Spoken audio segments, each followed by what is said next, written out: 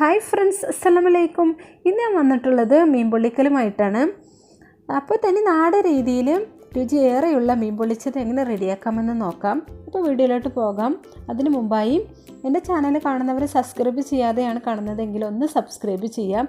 പിന്നെ അടുത്തുള്ള ബെല്ലൈക്കൺ കൂടി പ്രസ് ചെയ്യുക. എങ്കിൽ മാത്രമേ ഞാൻ പുതുതായി വീഡിയോ അപ്ലോഡ് ചെയ്യുമ്പോൾ നിങ്ങൾക്ക് നോട്ടിഫിക്കേഷൻ വരികയുള്ളൂ. പൊള്ളിച്ചെടുക്കാനായിട്ട് 5 വലിയ കരിമീനാണ് എടുത്തിട്ടുള്ളത്. അപ്പോൾ ഇതൊക്കെ ഒന്ന് കഴുകി വൃത്തിയാക്കി ഒന്ന് വരഞ്ഞെടുത്തിട്ടുണ്ട്. 2 സൈഡും ഒരുപോലെ ഒന്ന് വരഞ്ഞെടുത്തിട്ടുണ്ട്. പിന്നെ അതിൻ്റെ ചെകിളപ്പൂവൊക്കെ ഒന്ന് കളഞ്ഞ് ഉള്ളിൽ വേസ്റ്റൊക്കെ ഒന്ന് കളഞ്ഞ് നന്നായിട്ടൊന്ന് വൃത്തിയാക്കി എടുത്തിട്ടുണ്ട്. പൊളിച്ചെടുക്കാനായിട്ട് ഏത് മീൻ വേണമെങ്കിലും നമുക്ക് തിരഞ്ഞെടുക്കാം.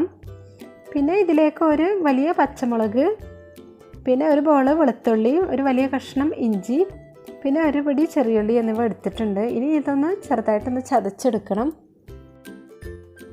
ഇനി ഇത് ഒരു കല്ലിലിട്ട് ചതച്ചെടുക്കുന്നുണ്ട്. ജസ്റ്റ് ഒന്ന് ചതഞ്ഞ് കിട്ടിയാൽ മതി, ഒരുപാട് അങ്ങ് അരഞ്ഞു പോകരുത്. ഇത് ഇനി മീനിലേക്ക് ഇട്ട് കൊടുക്കാം. ഇനി ഇതിലേക്ക് ചേർക്കാൻ പോകുന്നത് ഒരു 1/2 ടീസ്പൂൺ മഞ്ഞൾപ്പൊടി, 1 ടേബിൾ സ്പൂൺ മുളക് പൊടി, 1 ടീസ്പൂൺ കുരുമുളക് പൊടി, പിന്നെ പാകത്തിന് ഉപ്പ്. അപ്പോൾ ഉപ്പിൻ്റെ അളവ് ഞാൻ പറയുന്നില്ല, പാകം നോക്കിയിട്ട് അങ്ങ് ചേർത്ത് കൊടുത്താൽ മതി.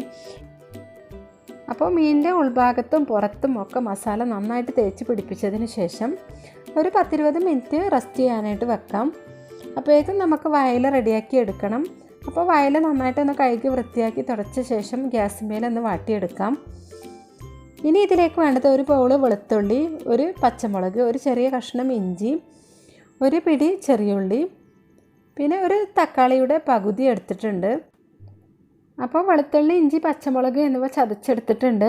പിന്നെ ചെറിയുള്ളി ചെറുതായിട്ടൊന്ന് കട്ട് ചെയ്തെടുത്തിട്ടുണ്ട്. അതുപോലെ തന്നെ തക്കാളിയും കട്ട് ചെയ്തെടുത്തിട്ടുണ്ട്. ഇനി ഒരു പാനിലേക്ക് കുറച്ച് വെളിച്ചെണ്ണ ഒഴിച്ച ശേഷം നന്നായിട്ട് ചൂടായിട്ട് വരുമ്പോൾ അതിലേക്ക് ഓരോ മീനായിട്ട് ഇട്ട് കൊടുക്കാം. ഒരുപാട് ഫ്രൈ ആയി വരുമൊന്നും വേണ്ട, ജസ്റ്റ് ഒന്ന് വെന്ത് കിട്ടിയാൽ മതി. ഇനി മറുഭാഗം കൂടി ഇതുപോലെ ഒന്ന് ചെയ്തെടുക്കാം. അപ്പോൾ നമ്മുടെ മീൻ ഇവിടെ റെഡി ആയിട്ടുണ്ട്. ഇനി ഇതിന്ന് കോരി എടുത്ത് മാറ്റണം. അപ്പോൾ ഇതേ രീതിയിൽ തന്നെ മറ്റെല്ലാ മീനും ചെയ്തെടുത്തിട്ടുണ്ട്. ഇനി ഇതിലേക്കുള്ള മസാല റെഡിയാക്കി എടുക്കണം. അപ്പോൾ അതിനായിട്ട് ഒരു പാൻ അടുപ്പിൽ വെച്ച് അതിലേക്ക് കുറച്ച് വെളിച്ചെണ്ണ ഒഴിച്ച് കൊടുത്തിട്ടുണ്ട്. എന്നിട്ട് ചെറിയുള്ളി അരിഞ്ഞത് ഇതിലേക്ക് ഇട്ട് കൊടുത്ത് നന്നായിട്ടൊന്ന് മൂപ്പിച്ചെടുക്കാം. അപ്പോൾ മൂത്ത് വരുമ്പോൾ ഇനി ഇതിലേക്ക് ചേർത്ത് കൊടുക്കേണ്ടത് നമ്മുടെ വെളുത്തുള്ളി, ഇഞ്ചി, പച്ചമുളക് എന്നിവ ചതച്ചെടുത്തതാണ്. അപ്പോൾ അതും കൂടി ചേർത്ത് ഒന്നും കൂടി മൂപ്പിച്ചെടുക്കാം. ഇനി ഇതിലേക്ക് കട്ട് ചെയ്ത് വെച്ച തക്കാളി ചേർത്ത് കൊടുക്കാം. ഇനി ചേർത്ത് കൊടുക്കേണ്ടത് കറിവേപ്പിലയാണ്.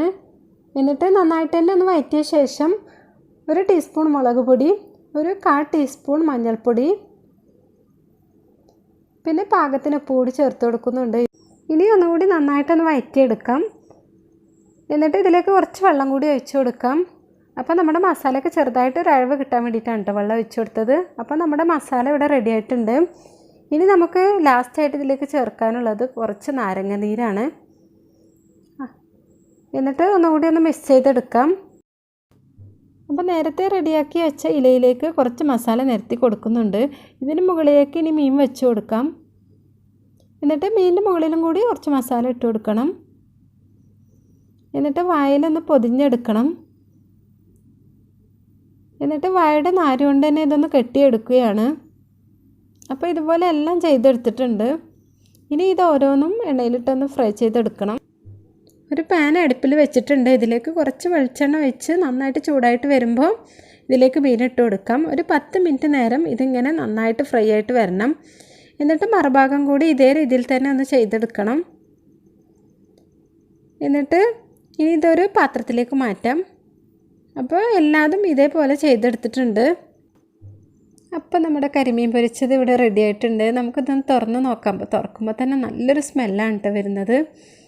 ആ ഇഞ്ചിയുടെയും വെളുത്തുള്ളിയുടെയും ഒരു ഫ്ലേവറും പിന്നെ വയലുടെ വാട്ടിയ മണം ഒക്കെ കൂടി ആയപ്പോൾ നല്ലൊരു സ്മെല്ല് വരുന്നുണ്ട്. ഇനി ഇത് തുറന്ന് നോക്കി നമുക്കൊന്ന് ടേസ്റ്റ് ചെയ്ത് നോക്കാം. കണ്ടോ, നന്നായിട്ട് തന്നെ മസാലയൊക്കെ അതിൽ പിടിച്ച് നല്ല ഭംഗിയിൽ കിടക്കുന്നുണ്ട്. അപ്പോൾ നന്നായിട്ട് തന്നെ വെന്ത് കിട്ടിയിട്ടുണ്ട് കേട്ടോ. അപ്പോൾ എല്ലാവരും ഒന്ന് ട്രൈ ചെയ്ത് നോക്കണം. എന്നിട്ട് അഭിപ്രായങ്ങൾ കമൻ്റായിട്ടൊന്ന് അറിയിക്കുക. പിന്നെ എൻ്റെ വീഡിയോ ഇഷ്ടമായിട്ടുണ്ടെങ്കിൽ ഫ്രണ്ട്സ്, റിലേറ്റീവ്സൊക്കെ ആയിട്ടൊന്ന് ഷെയർ ചെയ്യുക, ലൈക്ക് ചെയ്യുക. ഇൻഷാ അല്ലാഹ് മറ്റൊരു വീഡിയോ ആയിട്ട് വീണ്ടും കാണുന്നത് വരേക്കും ബൈ.